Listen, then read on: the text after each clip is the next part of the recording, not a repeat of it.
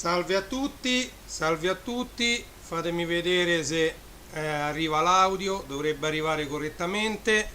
Benvenuti a questa nuova live di Reni J, anzi no, correggiamoci, di Reni Retro questa volta.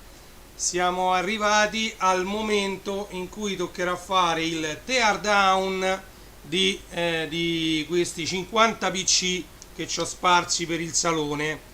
Ok, come vedete nel frattempo alle mie spalle abbiamo provveduto a fare il presepe, anzi approfittiamo, accendiamo le lucette.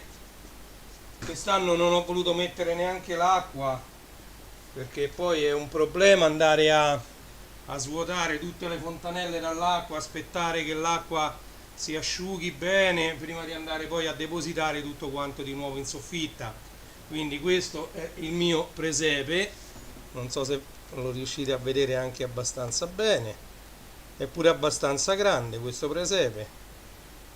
Ok, ed è il presepe che faccio ogni anno. Quest'anno neanche ho fatto una foto, non mancherà occasione di pubblicare qualche altra foto del presepe, ma diciamo lo scopo di questa live, di questa diretta, non è il presepe. Come avrete letto nella descrizione, cominciamo il primo episodio di questo teardown, ovvero io ho una cinquantina di PC da testare. Se non funzionano, da rimediare tutto ciò che funziona, che ne so, RAM, CPU, lettori CD, masterizzatori, quello che c'è, schede madri, e buttare via diciamo quello che non serve.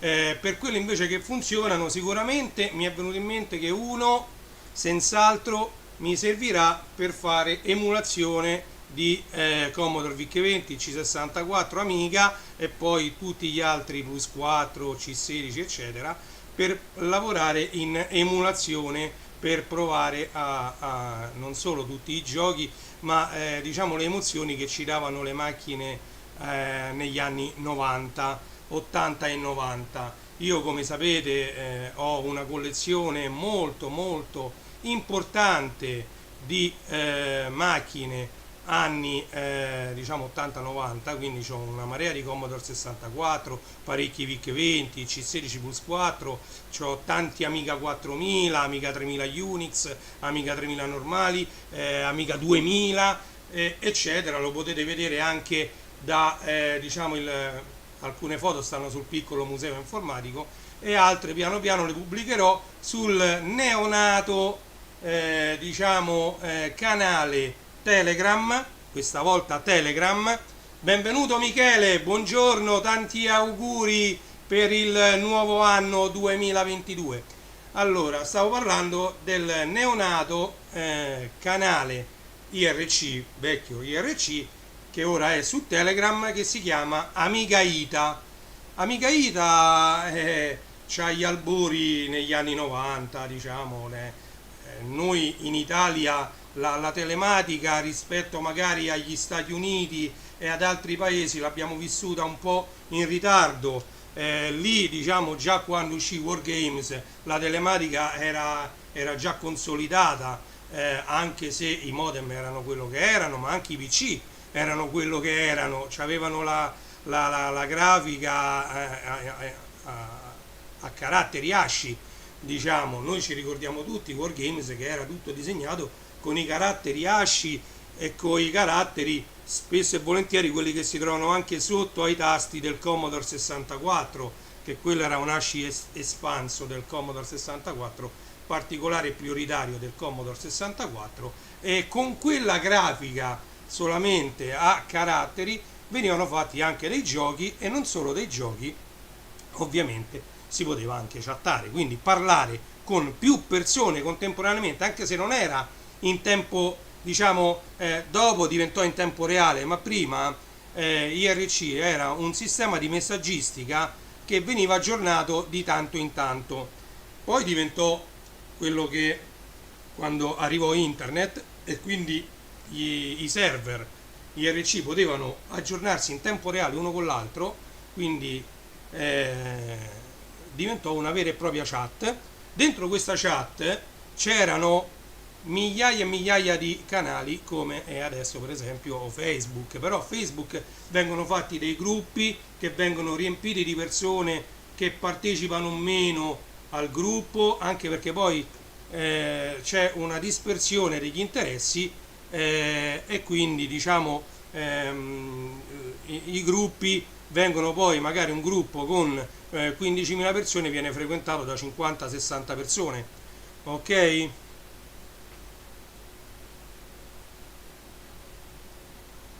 Amiga 1981 sul gruppo Telegram Amigaita, t.me/Amigaita, cercate l'amico Michele, ok? È stata una mia idea risorgere, far risorgere questo gruppo che fu una pietra miliare nel campo di RC, senza nulla togliere però anche a Mangaita. Mangaita, io come sapete ho tre passioni che sono: il primo è la musica, vinili, DJing, chi più ne ha più ne metta, cassette audio, come vi faccio più spesso vedere, qui cascano gli hard disk, vabbè, sono cascati un po' di floppy, ma questo è un hard disk esterno, non c'entra niente, parlavamo della musica, è questa così, questa Celine Dion, cassetta, audiocassetta, vinili, che nel mio canale trovate unboxing di vinili come se piovessero. Il secondo è computer, retro gaming e tutto ciò che comporta. Guardate che belle foto che io ho stampato quando avevo Morena Computer. Noi eravamo pure Stampa Foto Morena, che è stato un glorioso sito a cui io mi sono dedicato, era pienissimo di foto. Guardate che belle foto, questo è Zool, ve le faccio vedere parlando di Amiga. Questo è Rick Schwartz, sempre lui che fu una pietra miliare su Amiga, sempre lui. Questo è il Get Boinged, il simbolo di Amiga, la diciamo palla che rimbalzava, ok? Dovete pensare come la palla di Amiga che rimbalzava dentro tutti i negozi di computer. Altra immagine mass di Eric Schwartz, uno dei nuovi loghi, degli ultimi loghi che vedete anche in basso che si succedono. Ho fatto una piccola animazione, bellissimo questo logo Commodore Amiga, uno degli ultimi loghi che sono usciti. Questo invece è un logo di qualche fan che ha usato la vecchia scritta Amiga con dietro il Boeing, la palla di Amiga. Vedete, ce n'ho tanti, guardate, io queste le trovavo tranquillamente su Google Foto e me le sono stampate, ma ce n'ho tantissime. Sono foto su carta Fuji, Fuji Color, Fuji Film ovviamente. Guardate che bella questa, Amiga OS 3.9 by Eric Schwartz, ok? Guardate bella questa. E queste piano piano io, se le riesco a ritrovare, perché io ovviamente ho il backup, avevo quasi 200.000 immagini sul sito Stampa Foto Morena.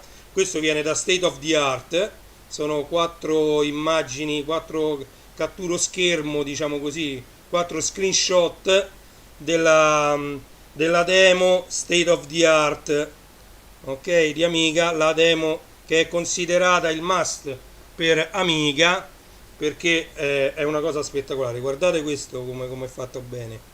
Questo c'era da tagliarla sopra e sotto, questa foto poi me la taglio per levare questi bordi neri, ok?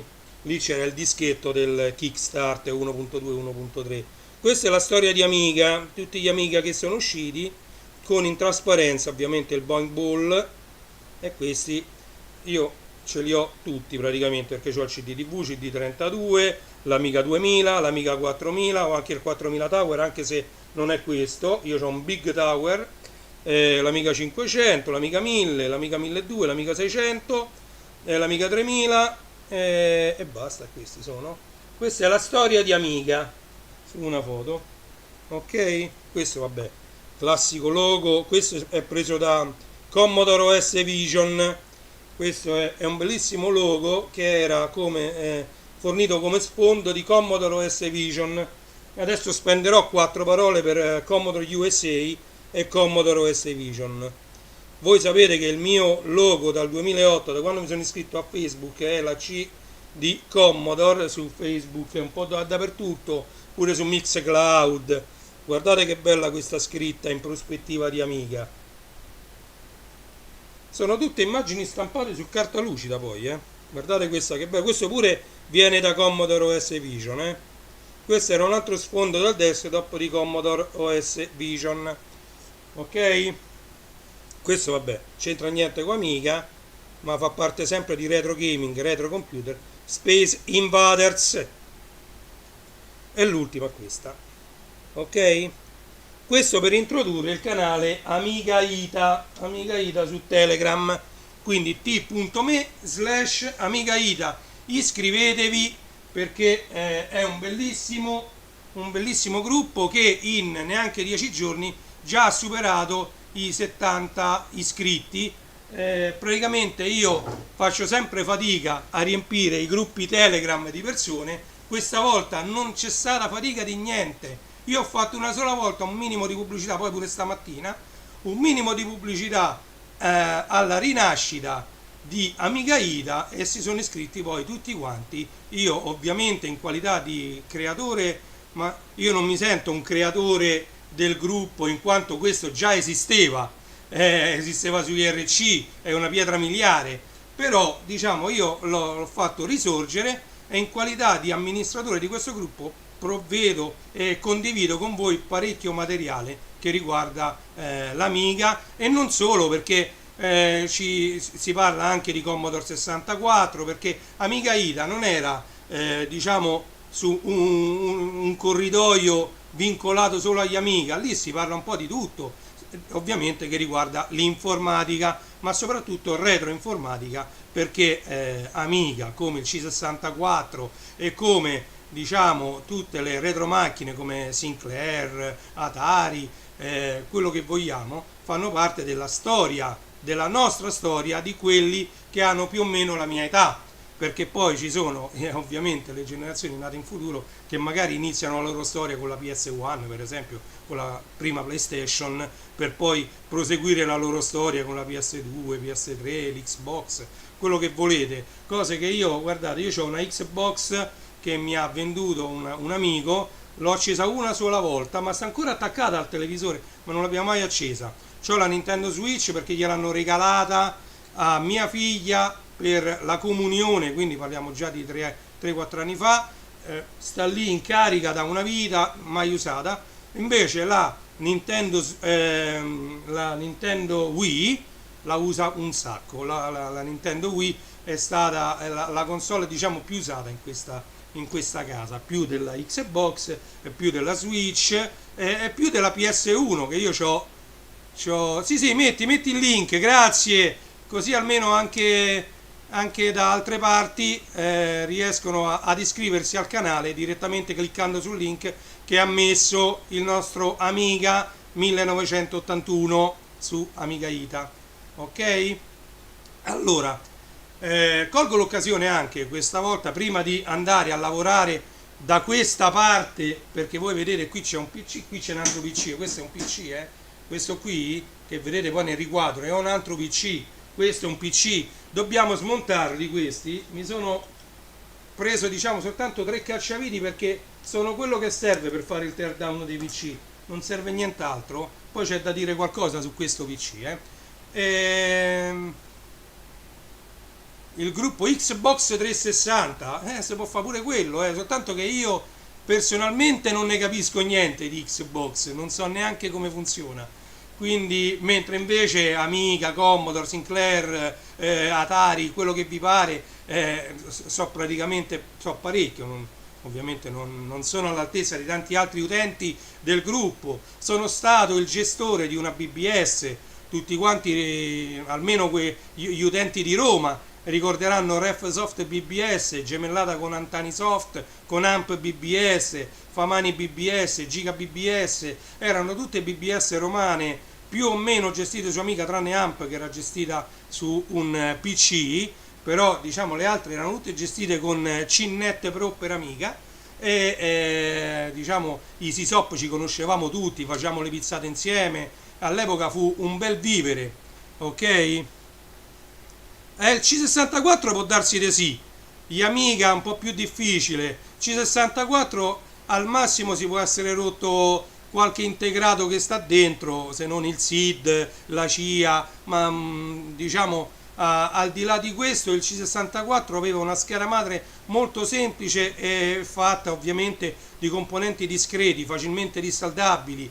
Poi piano piano che la tecnologia si è evoluta, ovviamente siamo andati poi verso la tecnologia SMD, come ho fatto vedere l'altra volta, pure le differenze tra le varie schede. Io ho 3 scatoloni grossi, ma grossi, grossi, pieni di schede prese già da altri PC, perché io il teardown, senza farlo in diretta, quando ho chiuso Morena Computer l'ho dovuto fare di parecchi PC, e quindi c'ho un sacco di schede Matrox, di schede ATI, di schede S3, c'ho un sacco di tutte queste schede, e quindi abbiamo visto come la tecnologia si è evoluta. Ovviamente si sono rimpiccioliti i componenti e adesso soltanto tramite delle apparecchiature chiamate SMD si può procedere a dissaldare o a risaldare, a sostituire dei componenti su queste schede, e questo ha fatto sì che purtroppo poi i ricambi ce l'hanno solo, diciamo, quelli che mettono in giro le schede, quindi cominciano a costare pure troppo i ricambi, comincia a essere troppo impegnativo già il lavoro per dissaldare un componente, mentre per dissaldare un condensatore da un 64 con un succhiastagno con una decina di minuti, diciamo, si cambia il condensatore. Grazie Congi di essere con noi, tanti auguri, e per l'ultimo dell'anno, visto che mio malgrado a causa di questa pandemia mi dispiace tantissimo, sono tanti gli amici, soprattutto DJ, ma non solo, anche amici che hanno attività commerciali, che hanno perso la serata di Capodanno, quindi parecchi soldini, hanno perso proprio parecchi soldini, e magari faremo una diretta io e Congi, se riesco a sistemare la sala hobby, c'ho ancora oggi e domani, diciamo, di tempo per tanto sta tutto fermo, diciamo, non è proprio così, però sta ancora come io l'abbiamo organizzato il 31 e il 1° gennaio di quest'anno, quindi il 31 del 2020, 1° gennaio 2021, quando già abbiamo fatto con Congi DJ la diretta per Capodanno, direttamente sulla pagina Twitch del contest. Ok? Quindi quest'anno forse la rifaremo questa, diciamo, pazzia, perché mi arrivano messaggi, questa pazzia di fare una enorme diretta, una lunghissima diretta. Mi pare che arrivammo alle 3 l'anno scorso, vero Congi? Correggimi se sbaglio, arrivammo alle 3, io fui l'ultimo, diciamo, a suonare, io perché la mia musica è un po' come quella di DJ Osso, non so se conoscete DJ Osso, a me piacciono parecchio le sigle delle trasmissioni TV e dei cartoni animati, quindi io misi ovviamente, fino alle 3 abbiamo fatto l'anno scorso, non mi ricordavo male, ci siamo divertiti, però è stata una bella diretta, e io misi, diciamo, le sigle del drive-in, le sigle dei cartoni animati, le sigle di Furia, le sigle di Orzo Way, insomma fu una bella serata, mentre Daddo DJ, che era presente, e il Conte Max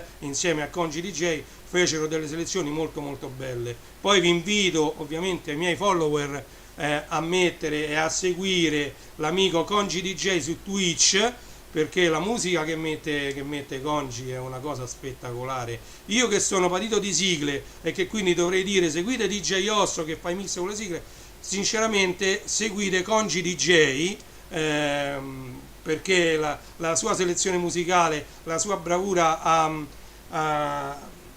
io non voglio dire a fare i cambi, perché non è fare i cambi, cioè a miscelare insieme due brani al momento giusto, con la tonalità giusta, va al di là di dire io faccio un cambio da una canzone a un'altra, non è quello.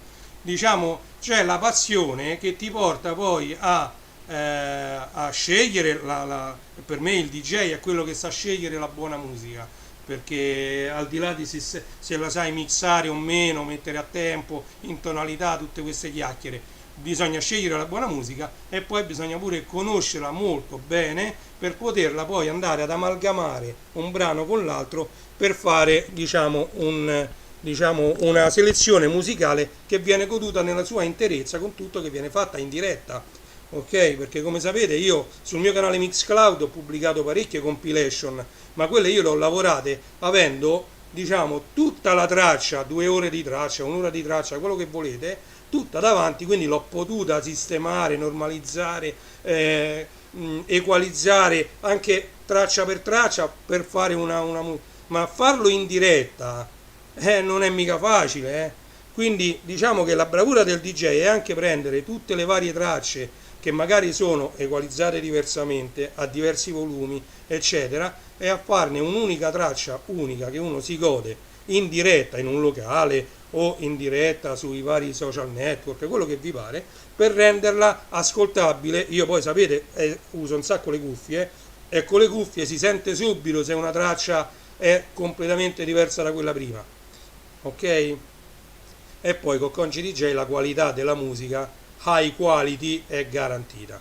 Detto questo, noi dobbiamo smontare, vi parlo un attimo di questo PC, quindi vado a girare questa telecamera anche, ecco, me ne vado qua, ok? Ecco, sto qua. Allora, questo PC me l'ha lasciato un'amica, vuole soltanto che gli smontiamo l'hard disk, il PC ce lo lascia. Che cosa ha di particolare questo PC? Questa a parte che è leggerissimo, quindi sembra quasi vuoto. Allora, guardate un po' questo PC. Dietro non ha l'alimentatore, sembra un PC senza alimentatore. Come fa a funzionare? Allora, vi faccio vedere la marca di questo PC.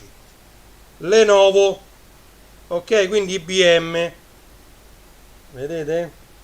Allora, questo PC che problema dava? Non si accende più, da un momento all'altro non si è acceso più. Allora, vi faccio vedere di nuovo il retro di questo PC. Dobbiamo fare il teardown, quindi ci andiamo a studiare. Allora, qui ovviamente ci sono le varie porte. Questa è la porta VGA, questa qui dove va attaccato il monitor. Questa è la porta di rete fisica, quindi la LAN. Qui ci sono qualche USB.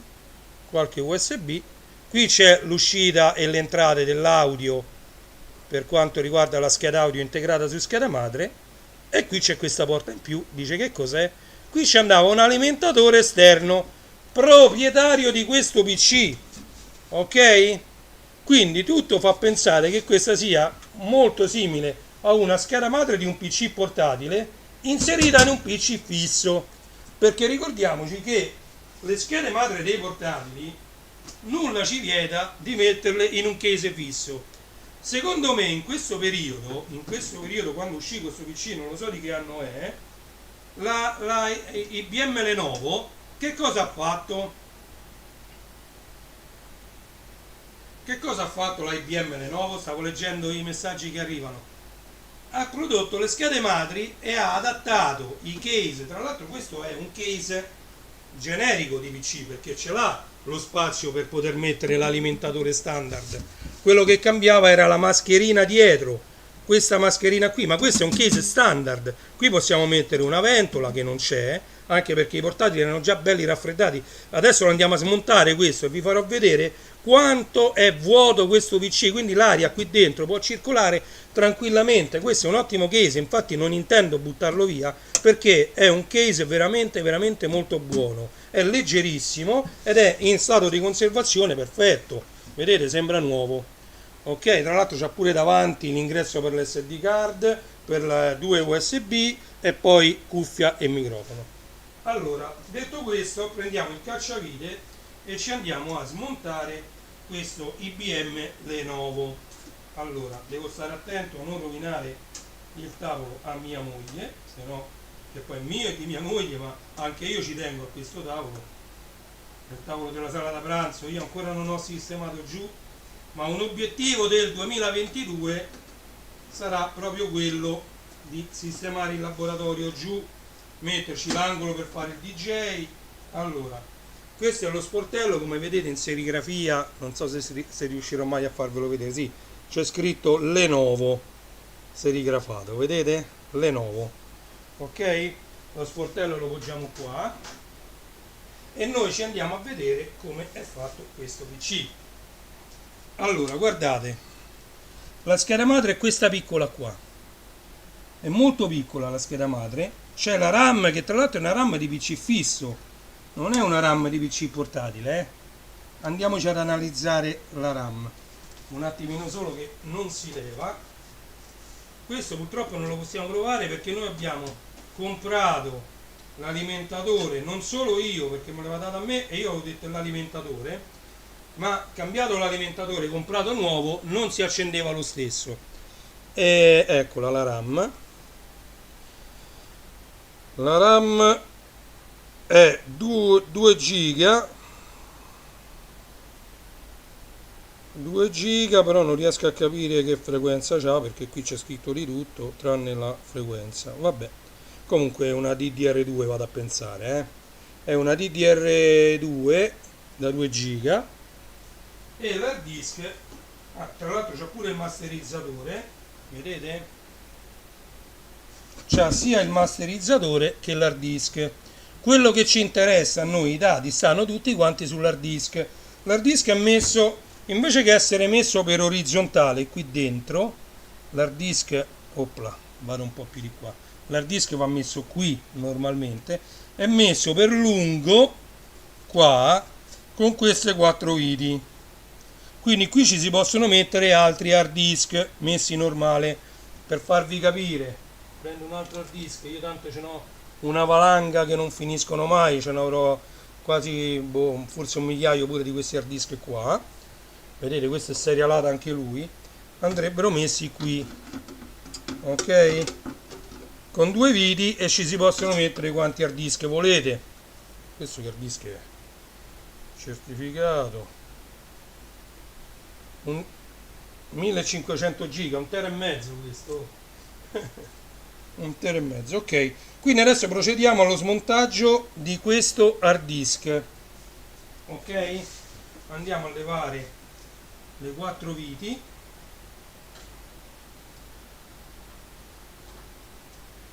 cambio cacciavite perché non mi trovo con questo, eccolo, 2, tocco la massa ovviamente per l'elettricità statica, toccato bene la massa, andiamo a staccare i cavi alimentazione e dati, mettiamo una mano dietro, allora, ok,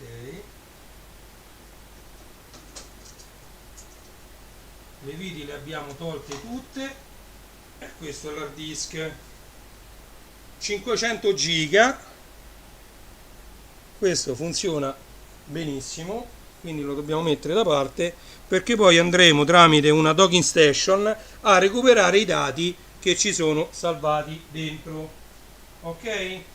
Allora adesso un'altra cosa che dobbiamo andare a fare, se poi ci vogliamo tenere il case, perché il case, vi ripeto, è molto molto bello questo case, ok. Ma sì, ma ci vediamo, dai Congi, poi noi tanto ci sentiamo, anche perché la voglio fare questa cosa di fare una bella live. Sto staccando tutti i connettori che sono dentro, questi sono tutti i connettori che portano al frontal panel, il pannello frontale che è questo, quindi USB, audio eccetera, ok, power on, power off, reset, pure qui sopra c'è il tasto di accensione, vedete? Allora, quindi a questo punto noi ci andiamo a smontare la scheda madre.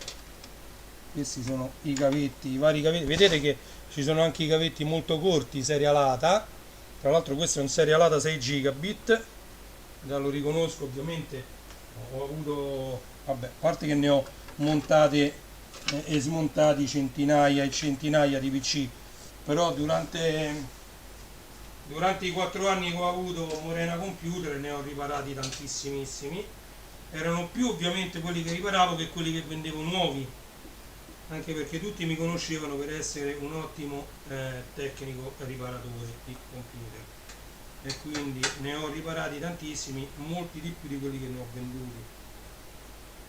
Comunque, allora guardate, questa scheda madre è un peccato che non si accenda più e che abbia quel connettore particolare per l'alimentazione. Adesso lo andiamo ad analizzare questa scheda madre, perché questa scheda madre ha l'ingresso anche per l'hard disk a stato solido, M2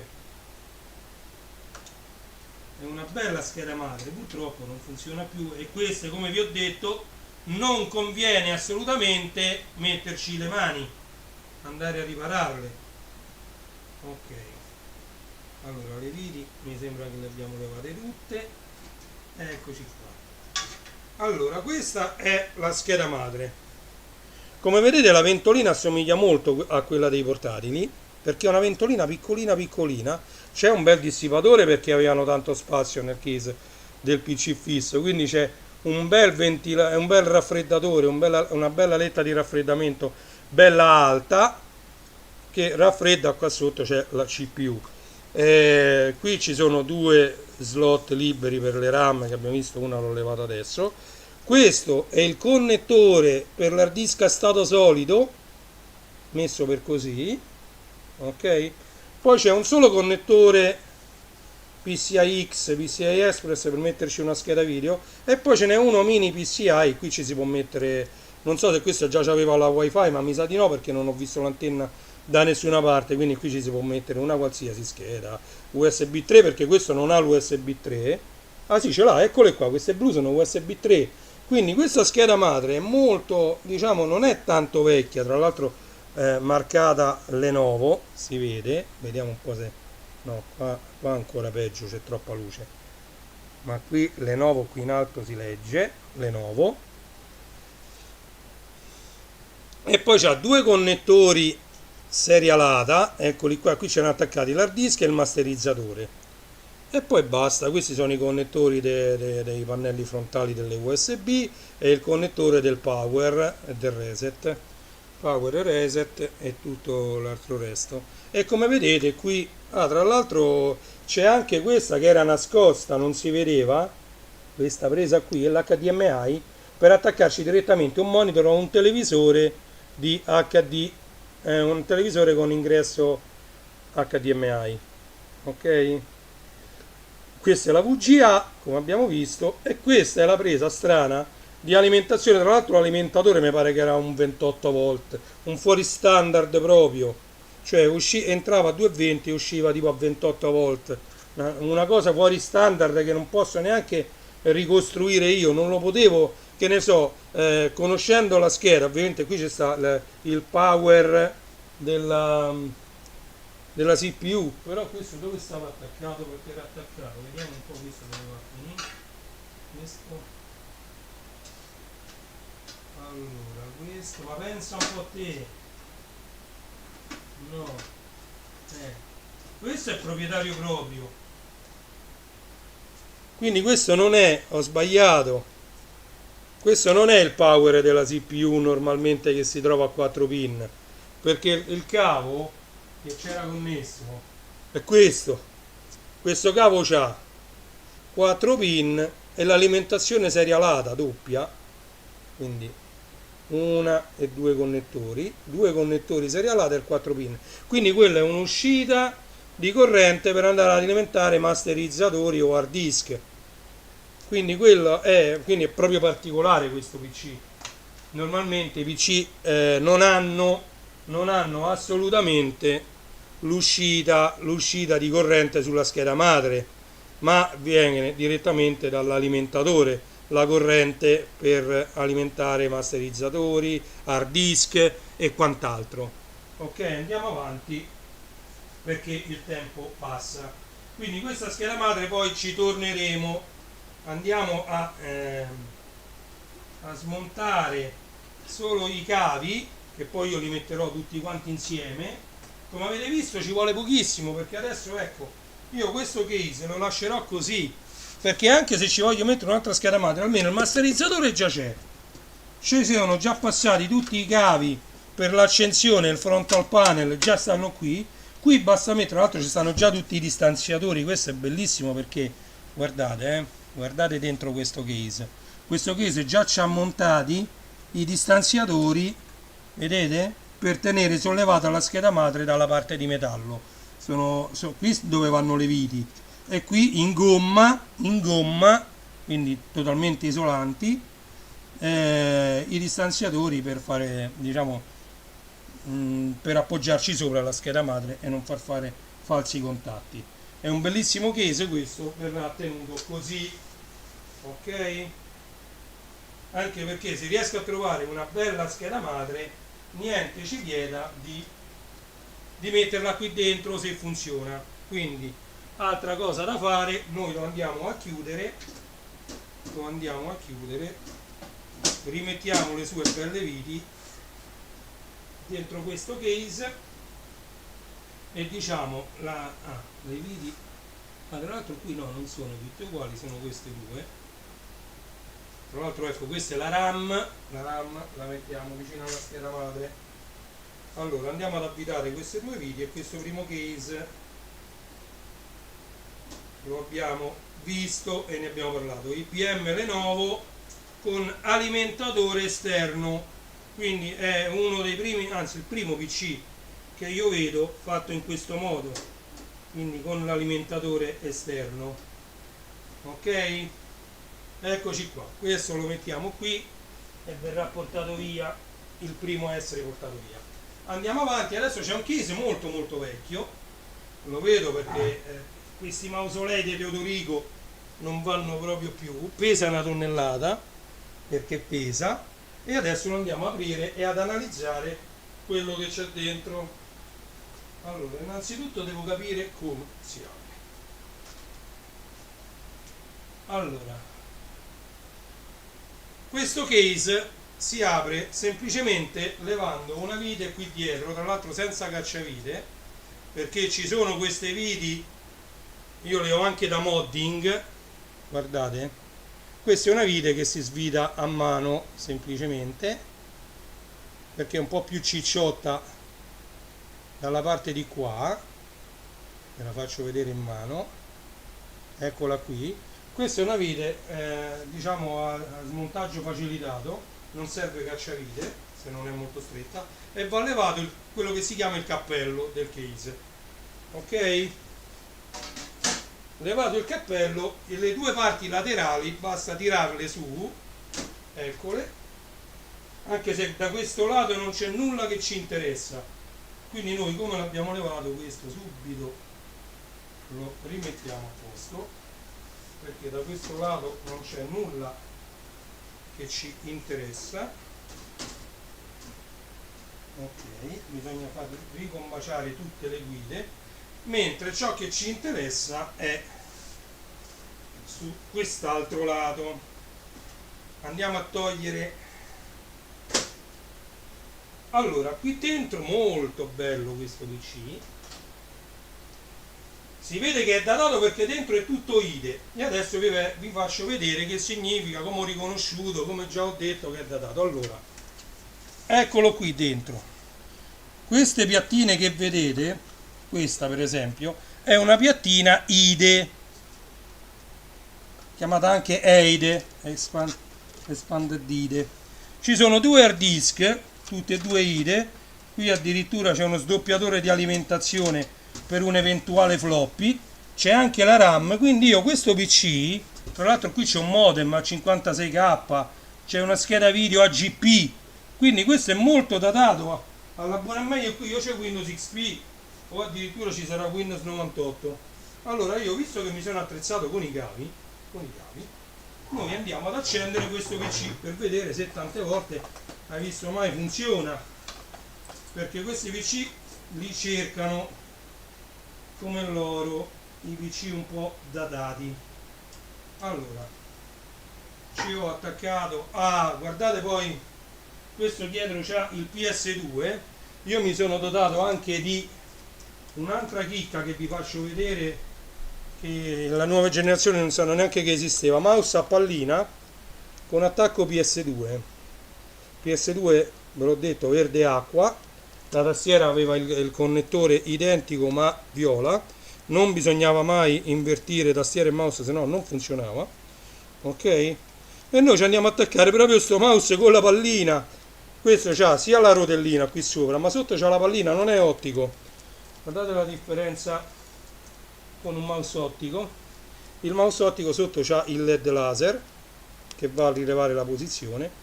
La pallina invece si muove e fa muovere due alberini che ne determinano la posizione sui due assi X e Y, e quindi riescono a far muovere il puntatore sullo schermo, e lo schermo ovviamente è bidimensionale.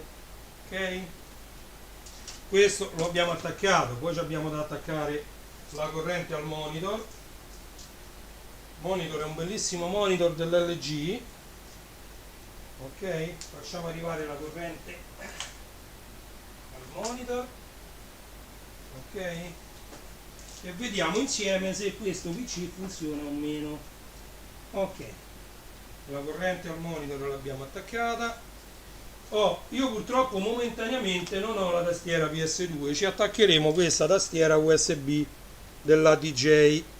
La DJ è un'ottima marca del fornitore Focelda. Io compravo parecchio materiale della DJ e mi sono sempre trovato molto bene con il materiale marcato ADJ.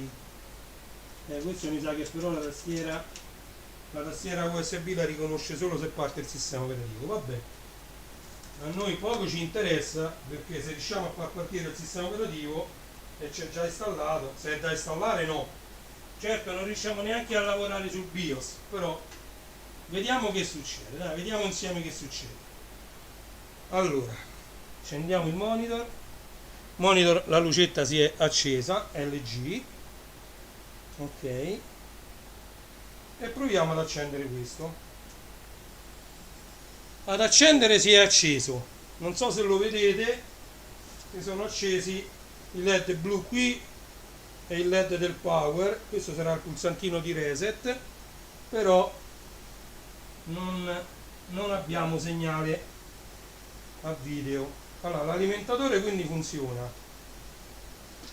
pure il masterizzatore è un DVD-ROM e masterizzatore CD dell'LG anche questo, e funziona molto bene, devo dire la verità. Però non abbiamo segnale sul video. Allora, tenendo premuto il power, facciamo spegnere la macchina. Ok, stacchiamo la corrente, tocchiamo la massa, stacchiamo anche il monitor, perché il monitor è ancora attaccato alla corrente, e un minimo di corrente passa anche sul cavo VGA del monitor. E quando facevano così i PC, molto spesso il danno era causato dalle RAM che si erano un po' ossidate, eccetera. Io non mi sono attrezzato per fare riparazioni, provo soltanto a levarne una e a mettere una al posto dell'altra, così già il fatto di averle mosse le RAM magari qualcosa fa. Allora, andiamo a riconnettere sia la corrente che il cavo VGA e riproviamo. Comunque gli hard disk non fanno, le RAM 3 bip, ha fatto 3 bip, quindi in teoria è la RAM. Sì, ok, proviamo a spegnere. Questa è una DDR 400, quindi le prime DDR. Mamma mia come è vecchio sto PC. Ristacchiamo questo, ristacchiamo quest'altro, tocchiamo bene la massa e noi ci andiamo a eliminare questa RAM. Questo pure è un PC che sta fermo da 10 anni, Andiamo a mettere solo questa. Aspettare che... Okay. Andiamo a rimettere questa RAM e andiamo a vedere che ci dice. Tutto in diretta, non è video montati eccetera, facciamo tutto in diretta. Vai.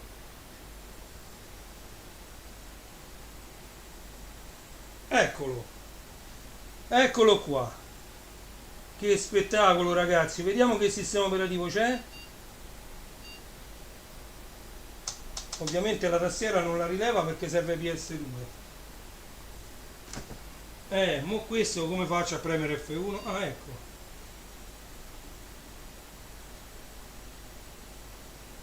Ragazzi, qui c'è Windows 2000, questo dovrebbe essere Windows 2000. Windows 2000 Professional, ragazzi, Windows 2000 Professional qua sopra. Sistemiamo un po' meglio questa telecamera qui, ecco. Se c'ha la password, qui serve il dischetto per craccare la password. Speriamo che non ci sia la password, così. Grande Windows 2000 Professional, ragazzi. Sì, DDR4, CL17. Le DDR4 non erano neanche state progettate quando io ho smesso di avere a che fare in questo marasma di roba. Ti ho detto, questa addirittura è una DDR400, DDR1, altro che DDR4. Comunque mi fa piacere. Preparazione delle connessioni in corso. Guardate, Windows 2000. Questo PC è stato spento oltre 10 anni, forse pure di più. Eppure la scheda video funziona, perché a monitor si vede. Funziona, vabbè, una delle RAM è rotta. Gli hard disk stanno funzionando, incredibile, perché gli hard disk normalmente subiscono un sacco di danni. Tra l'altro la scheda madre è una K7 VT4A Pro con la GP 8x, quindi è una buona scheda madre, e si vede perché dopo tanti anni che è stata ferma. Applicazione del criterio di protezione in corso.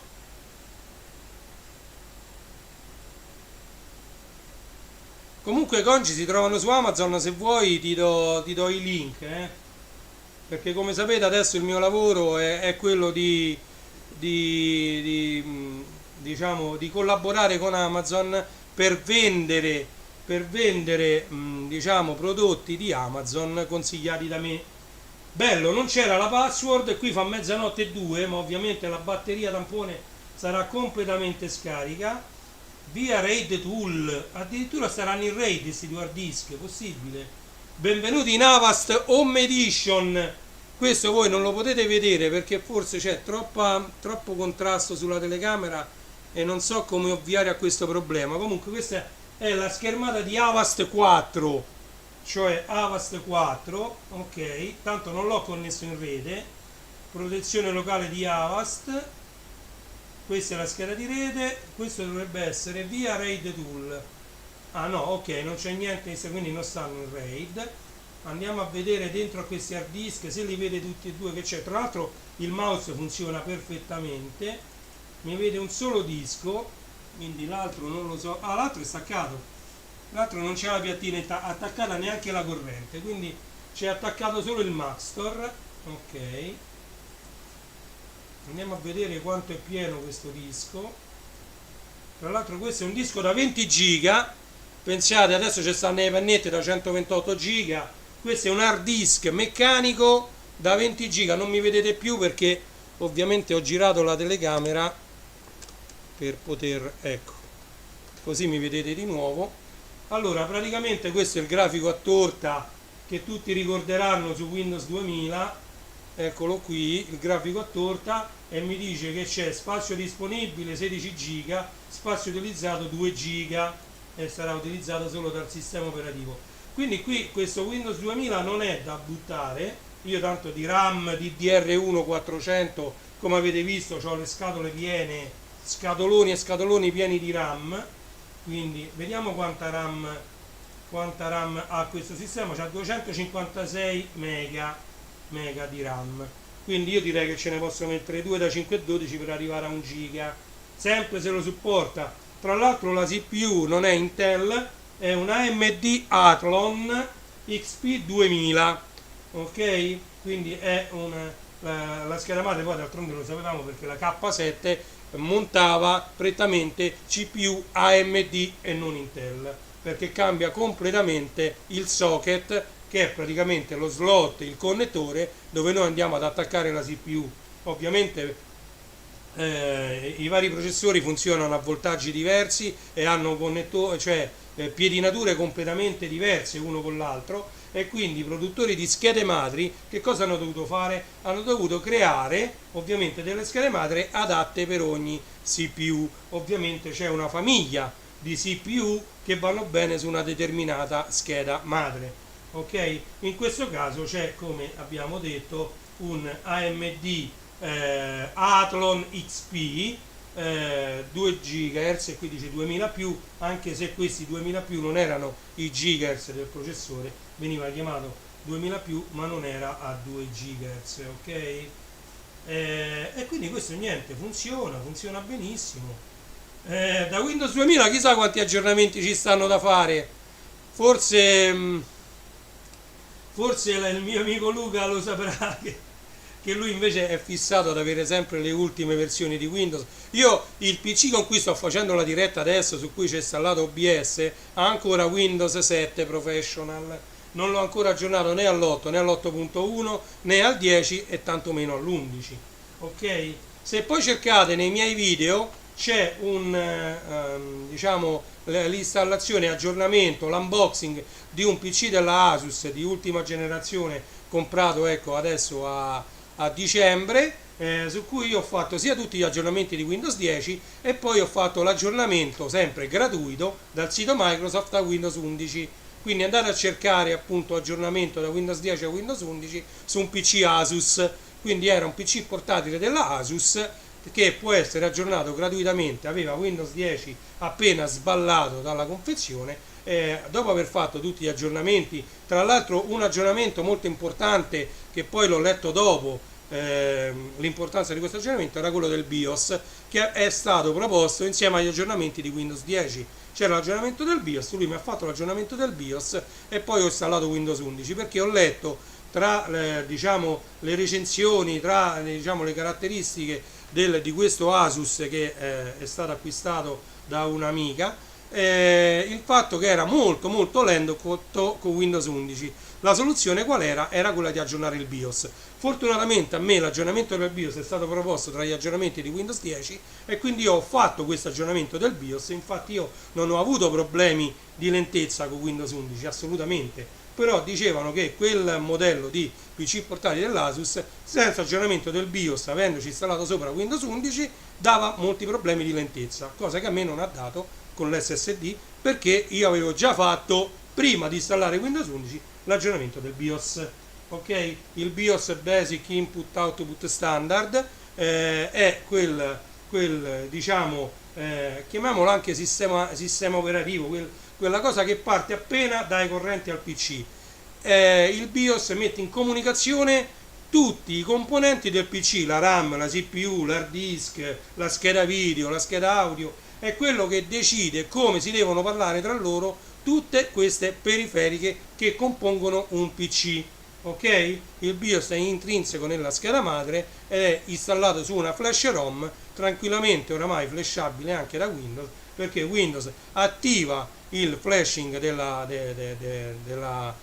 flash ROM del BIOS. Quando uno lo riavvia compare la scritta attendere, non spegnere il computer. In quel momento viene programmata la flash ROM del BIOS, dopodiché si resetta il PC, riparte Windows ed è tutto trasparente. Una volta bisognava stare 3000 volte attenti, perché le versioni dei BIOS dovevano essere quelli per quella scheda madre, altrimenti se tu flashavi un BIOS sbagliato sulla flash ROM del BIOS, il PC era da buttare, non c'erano garanzie che tenevano, a meno che uno non aveva un chip identico di una scheda madre identica, e allora si poteva fare il cambio del chip, oppure se avevi un programmatore di EEPROM andavi a programmare questa flash ROM con il BIOS che è magari quello esatto, però senza utilizzare quel PC su cui tu avevi sbagliato a flashare il BIOS. Era tutto complicatissimo. Adesso invece è tutto molto semplice, perché viene riconosciuto l'hardware in automatico dal sistema operativo e scarica la versione esatta per la vostra scheda madre. Ok? Queste sono tutte informazioni che uno impara con l'esperienza sul campo, quella che io chiamo esperienza sul campo. Allora, quindi questo PC, diciamo, ha Windows 2000 bello pulito, installato con Avast 4 installato sopra, e io direi di lasciarlo così. C'è un modem analogico 56k, vediamo tra l'altro se lo vede bene. Andiamo a vedere le periferiche se sono correttamente installate. No, eccolo qua, il modem non è correttamente installato, non ha rilevato i driver. questa qua che si chiama Controller PCI Simple Communication e c'è un punto interrogativo. Questo è il modem analogico 56K che non è stato riconosciuto. Una cosa molto buona che vedo dietro a questa scheda, e lo vedo pure dalle periferiche rilevate, è che questa scheda madre ha sia la parallela che la seriale, che sono due porte che non si trovano più sui PC. La parallela serviva prettamente per le stampanti e gli scanner e la seriale serviva per connettersi a tutti gli apparati che avevano bisogno di essere programmati, diciamo, a basso livello tramite riga di comando, e quindi la seriale era la porta più semplice con un cavo che veniva chiamato null modem intrecciato, che intrecciava l'input con l'output da una parte e dall'altra, e praticamente con questo cavo null modem si potevano connettere degli apparati al PC tramite seriale, e tramite un qualsiasi programma di terminale che veniva anche usato per connettersi alle BBS si poteva praticamente andare a programmare questo apparato. Ok? Comunque per il resto c'è tutto. Controller SCSI ci sta.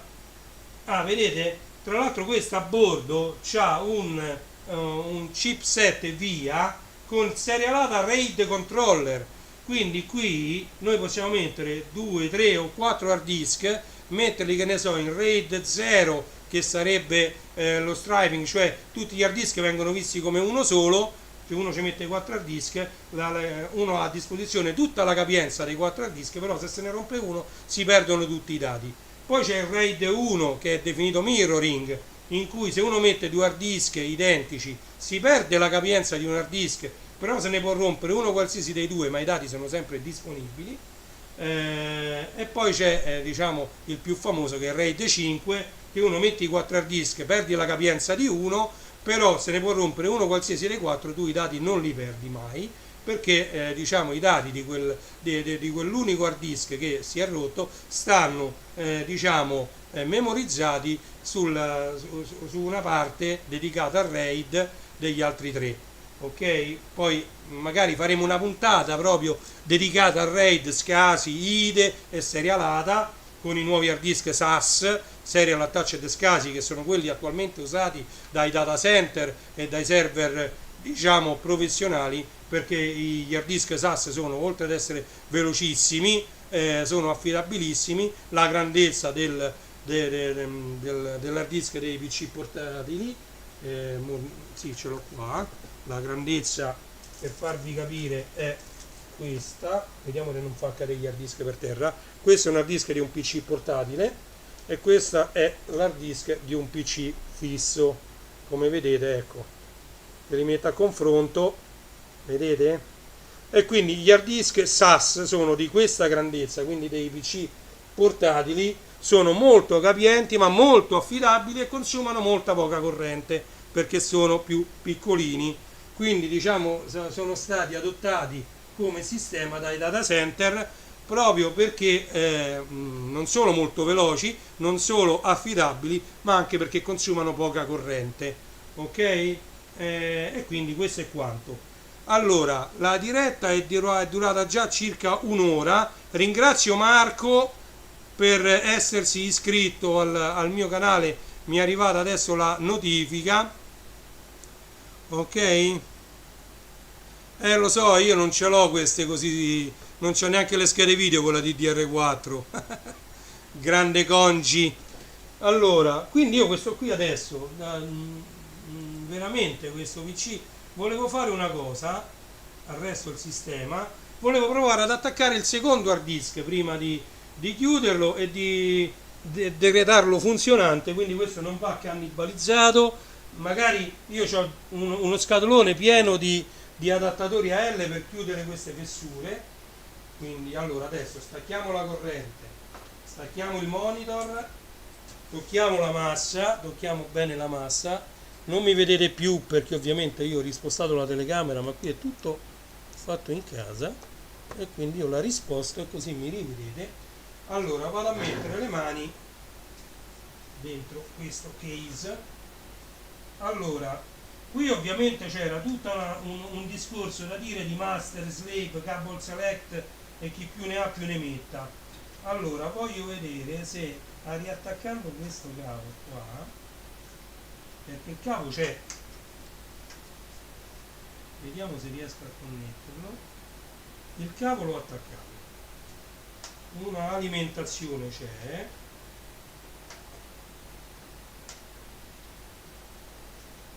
facciamo così, questo ci arriva? No,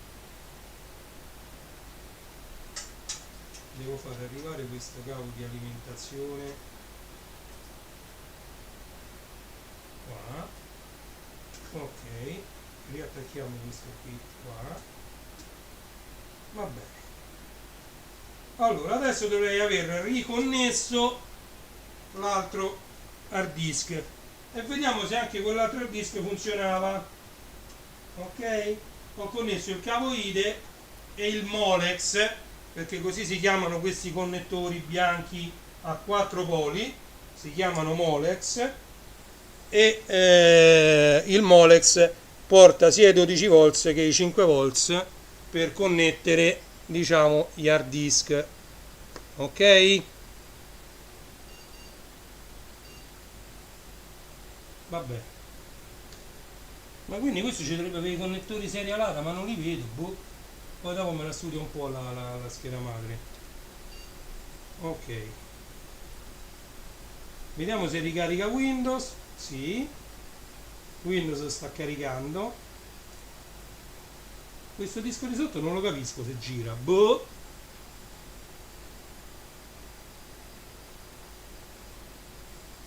Comunque pure i LED lì davanti funzionano tutti, non so se riuscite a vederli. Ecco, lo giro un pochettino. Come vedete i LED lampeggiano, quindi questo è il LED dell'hard disk, questo rosso che lampeggia. C'è pure una bella luce blu qui e qui, Questo è il pulsantino di reset per fare il quick reset e questo sopra è il power grande. È un bel case pure questo,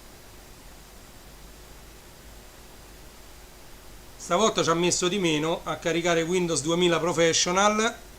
Ah, grazie Congi che mi scrivi quando ti fa la pubblicità, perché a me Twitch tra l'altro l'ho un po' abbandonato pure per quanto riguarda la radio. Oggi uno dei miei, diciamo, follower mi ha scritto: ma che fine ha fatto la tua radio? Io è più di un mese e mezzo che l'ho dovuta spegnere perché mi si è rotto un apparato di rete che mi porta la rete giù in saletta, e quindi ho spento la radio, anche perché c'avevo una media di 2 spettatori. Con una media di 2 spettatori non si va da nessuna parte, anche se i picchi erano anche alti, 10, 15, 20 persone, che secondo me per una radio su Twitch sono pure parecchie, però erano dei picchi, cioè della gente che magari stava connessa per poco tempo e poi passava oltre. Quindi c'è tutto un altro progetto di cui tu già sei un po' più o meno a conoscenza, Congi, per quanto riguarda la mia radio su Twitch. Quella la voglio vedere, la voglio... Niente. Secondo me quell'altro hard disk è arrivato. No, disco locale E. Vediamo che c'è. Funziona. Allora, sto disco locale E, però se chiude la finestra non so perché, forse perché sta ancora caricando il sistema operativo. Ok, vediamo innanzitutto da quanti giga è. Allora, questo è 2 giga e 100, ragazzi. C'ho un hard disk da 2 giga e 100. Oramai neanche più le pennette si trovano da 2 giga e 100, non si trova niente.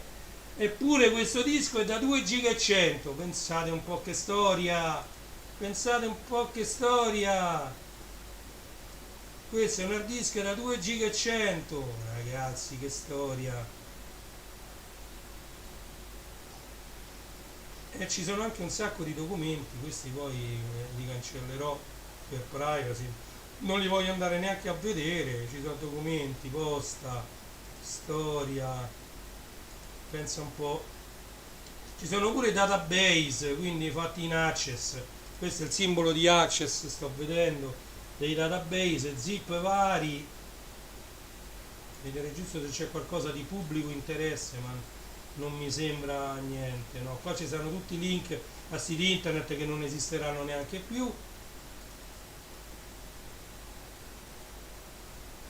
Biglietti cinema, Harry Potter, vediamo un po'. Ah, pensa un po', si andava a scansionare. Questo può essere pure di pubblico interesse, tanto non c'è privacy da nessuna parte. Questo è il biglietto data 401, il biglietto del cinema Harry Potter e la Camera dei Segreti. La scansione di un biglietto SIAE, Harry Potter e la Camera dei Segreti, la maledizione della prima luna. Ecco, costava 5 euro il biglietto del cinema, la maledizione della prima luna intero, 1709, 17 settembre. L'anno lo si può vedere dal file, vado a pensare, dalle proprietà del file. Quindi riepilogo, ecco, generale. Parliamo del 2004, ragazzi, 2004, ok? Più di qualche annetto fa. Politeama, Cinema Teatro Politeama Tuscolano, addirittura 15-11-2002. Questo era prenotazione, posto 6, titolo del film Simon.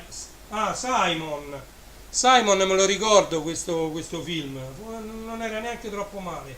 Simon, sala 3, fila 9, posto 6, tariffa 5,50 euro al multisala Politeama, cinema multisala Politeama. Questi magari ripubblicati non sono male per ricordo, diciamo.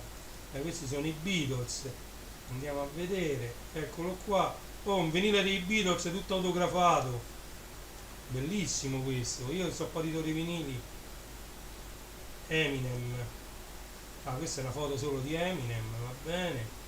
Robbie Williams, vabbè, è una foto così presa da internet. Ovviamente la risoluzione è quella che è. Io qui non so, voglio vedere che scheda video c'è, perché poi io sono molto più interessato all'hardware che poi al software. Allora andiamo a vedere su gestione periferiche, schede video. C'è una Radeon 7005 su bassa GP, Radeon 7005, però non mi dice di più. Adesso ci sono i programmi che ti dicono anche quanta RAM c'è, ma qui si parla di kilobyte, cioè comunque una di Radeon 7005 funzionante, perché funziona tutto.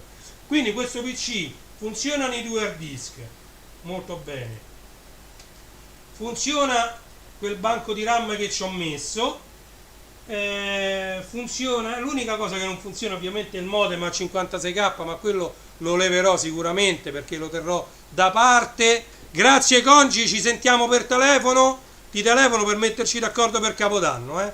Io mi voglio organizzare giù, tanto te l'ho detto, io levo una presa di rete, una power line dalla stampante, la porto giù temporaneamente, tanto durante la serata di Capodanno non dovrò stampare e quindi possiamo andare tranquillamente in live, sempre se riesco a togliere tutta la roba che sta sopra i giradischi al mixer. Ok, comunque mi farebbe molto piacere. Ovviamente non mi preparo, io, voi sapete, tu mi conosci, non mi preparo mai la diretta, non mi metto lì a sentire, metto sti dischi in quest'ordine, no. Io a Capodanno, magari anche per sentire un po' di musica, quello che trovo lì intorno, lì vicino, prendo e metto. Quindi magari, ecco, mi dite un genere, se vi va bene che io metto le sigle, per me va benissimo anche mettere le sigle delle trasmissioni TV. Ok? Che di quelli ce n'ho un sacco, tra 33 giri, 45 giri e mix, me ne cado di sigle, per quanto in 6500 vinili potrei anche mettere altro materiale. Posso fare anche una serata dedicata solo ai Queen o solo a Vasco Rossi, non lo so. Vediamo, dai, ci sentiamo per telefono e ci mettiamo d'accordo. Posso fare una serata dedicata a Lucio Dalla, quello che vi pare. Ok? Allora, qui quindi questo abbiamo detto che lo spegniamo, lo chiudiamo così come sta. Il trasformatore funziona, la CPU funziona tutto. Quindi questo facciamo un chiudi sessione, il resto del sistema ok. Allora, quindi riassumendo in ciccioli questa live. Allora, ok, il PC si è spento correttamente, come avete visto i ledini si sono tutti quanti spenti qua. Quindi anche il case è un buon case, perché avete visto questo si apre togliendo il cappello sopra e poi i due pannelli laterali sono incastrati, quindi pure con una sola vite, anche quello è importante. ci devo soltanto chiudere con gli sportellini, e questo un buon PC, è un buon candidato anche per essere venduto. Poi proverò bene anche il CD-ROM, proverò bene un po' tutto, metterò il massimo della RAM che supporta, ovviamente c'è solo due banchi, quindi pure in base a quello che ho, e magari lo metterò in vendita dopo aver ovviamente cancellato tutti i dati utente. Quindi a questo punto farò una cancellazione dell'utente, formatterò il disco secondario e lo lascio proprio così. Quindi ho 22 giga di hard disk funzionante, quindi magari per chi è nostalgico, per chi ci vuole mettere magari Windows 95 o 98, questa è un'ottima macchina per quello scopo, tutta quanta IDE. Devo trovare, perché il chipset via lo vedo che c'è, però dice serialata, ma io non vedo connettori. Ah sì, ci sono due connettori serialata, stavano nascosti dietro un cavo. Sì, ci sono due connettori, quindi ci si può mettere pure due hard disk serialata connessi in RAID, ok? Quindi può essere pure usato non solo come PC. Tra l'altro anche una cosa molto importante, ragazzi, guardate un po' qui. Allora, apriamo questo, guardate sempre dall'altra telecamera. Questo voi sapete tutti è un floppy, questo c'ha il lettore floppy, ok? Lettore floppy che non c'ha più nessun PC, ma da tanto tempo adesso non c'hanno più neanche il masterizzatore né il lettore DVD e CD.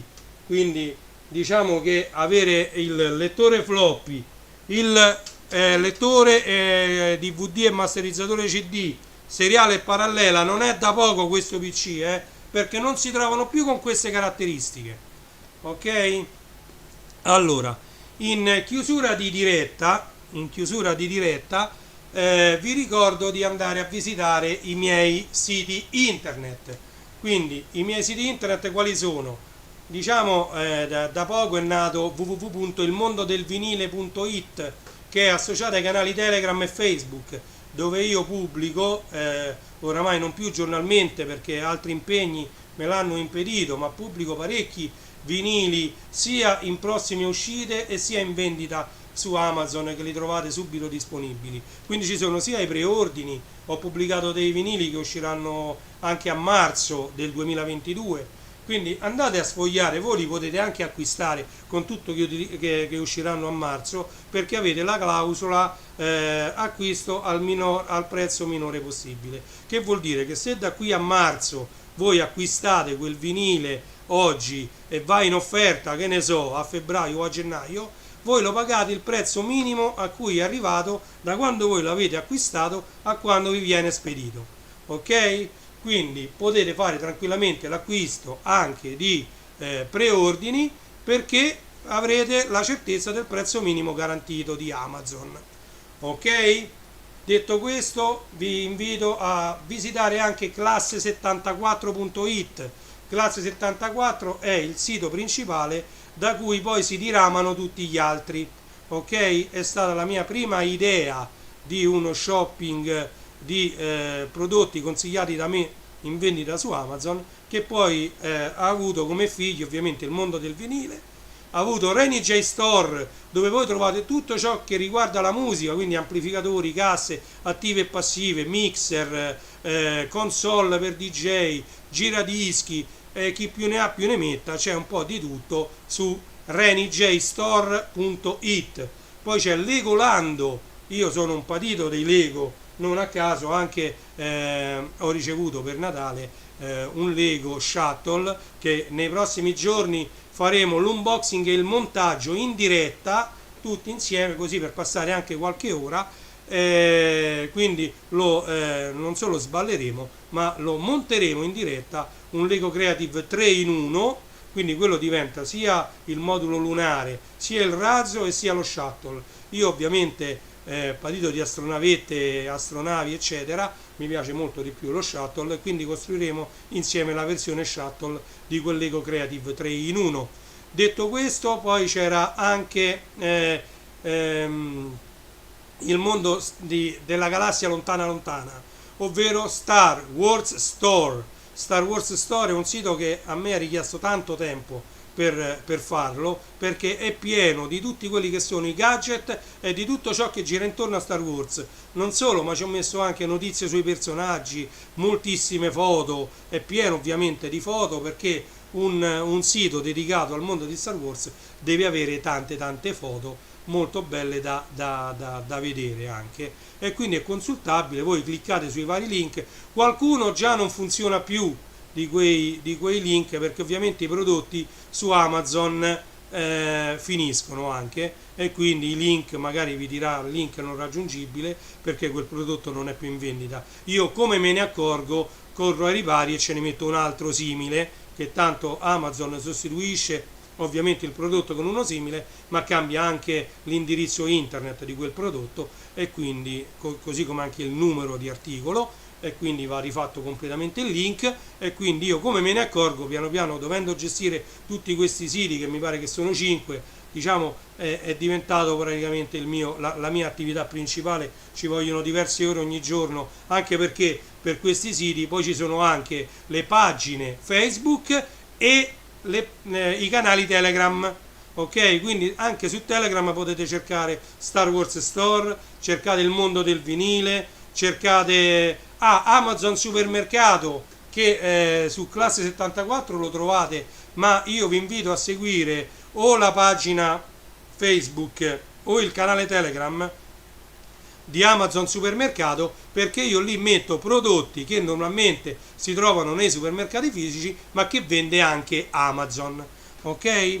Detto questo, io non mi è rimasto che farvi tanti auguri per la fine dell'anno. Se vi va, seguite Congi DJ, e per adesso penso, se mia moglie poi non organizza nient'altro di diverso, ci sarò anche io in diretta con Congi DJ l'ultimo dell'anno. Poi troverete ovviamente la pubblicità da qui a breve, il tempo di metterci d'accordo con Gianfranco Congi DJ, e vedremo pure a che ora partire con queste live. E domani, se ce la faccio, se ho un attimo di tempo, domani è già 31, quindi già andrà organizzata questa live. Magari farò una breve diretta per fare gli auguri a tutti gli utenti del canale, tutti quelli che mi seguono su Telegram e su Facebook. Su Facebook ho un sacco di problemi con il mio canale principale. Facebook mi ha bloccato le dirette col profilo principale, che è Renato De Vita, quindi sono stato costretto a creare su Facebook De Vita Renato. Sono sempre io. Se vi arrivano richieste di amicizia da De Vita Renato, sempre con la C di Commodore, sono sempre io. Ho dovuto creare un profilo di backup, perché sul profilo principale Facebook mi sta dando un sacco di problemi. Ok? Detto questo, io vi saluto, vi ringrazio di avermi seguito, tanti auguri a tutti. Attivate la campanella e ovviamente iscrivetevi al canale, tanto è gratis, non c'è niente da pagare.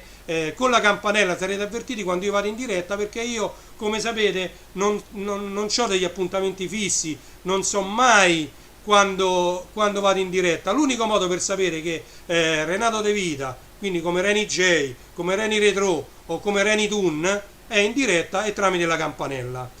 Vi chiudo dicendovi le differenze tra i miei, quindi lo troverete nella descrizione. Se sto andando in diretta come Reni J, si parlerà di musica prettamente legata al vinile, ma anche alle cassette, come abbiamo visto, ad altri supporti come i CD, e quello è Reni J.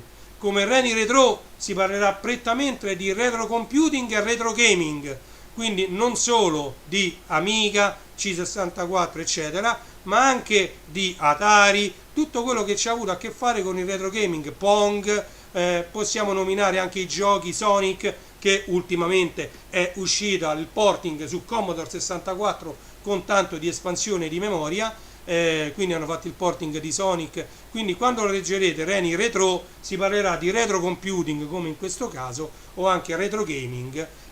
Tra l'altro, quelli che mi seguono e mi conoscono sanno che io ho un museo informatico enorme, che va diciamo controllato, e questo lo farò nelle dirette. Quindi troverete Reni J, che ne so, controllo Amiga 4000 in diretta. Io non ho la possibilità di fare video, di montarli e di pubblicarli dopo che li ho fatti, niente, io posso fare questi video in diretta, direttamente, anche perché con i PC che ho, che sono datati, non ce la fanno a montare i video né a lavorarli in HD, niente. Così almeno io ho 3 social network, che sono Twitch, YouTube e Facebook, che mi mantengono questa diretta sui server loro, indipendentemente da quanto spazio occupa, e quindi io non ho che da ringraziare questi social network che mi fanno da storage per queste dirette, che occupano un sacco di spazio, ok, di spazio disco. E quindi poi c'è Renitoon, perché un'altra mia grande passione sono sempre stati fumetti e cartoni animati,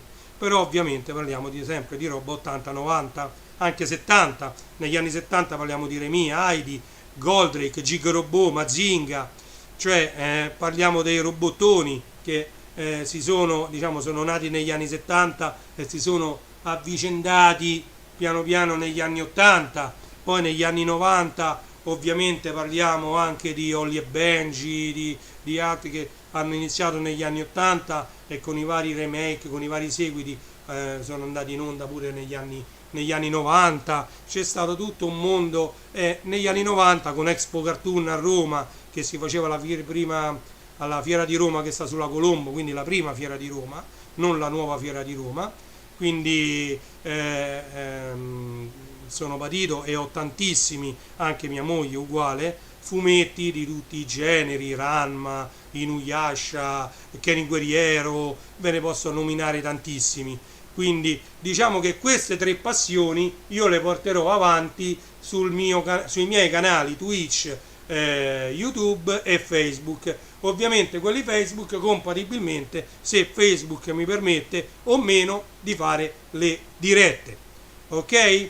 Detto questo, vi ringrazio, vi faccio tanti cari auguri di buona fine e buon principio, buona fine 2021, buon inizio 2022, per far vedere sempre che siamo in diretta. Attualmente è mezzogiorno e 11 minuti del 30 dicembre 2021. Sto per mandare la sigla, grazie per essere stati con me quest'oretta e mezza, sono stato molto contento di aver fatto. Non siamo riusciti a fare il teardown di queste macchine, magari solo dove l'ho messa, no, la scheda madre sta lì giù, magari solo di quell'altra, di quell'altro PC abbiamo levato la scheda madre, ma il case abbiamo visto che conviene tenerlo perché è un bellissimo case, tra l'altro con il tappo sulla parte alimentazione, che non si trovano, quindi se uno ci vuole mettere dentro una scheda madre di un PC portatile, là dentro si può fare tranquillamente. Ok? Basta prendere un pezzettino rettangolo di metallo, fare tutti i buchi in corrispondenza della scheda madre che uno ci vuole mettere, e quindi ci si può adattare tranquillamente. Detto questo, vi saluto, vi do appuntamento alla prossima diretta, non dimenticate campanella e iscrivetevi al canale. Grazie mille a tutti e tanti cari auguri, buona fine e buon inizio 2022. Un saluto in questo caso da Reni Retro. Grazie.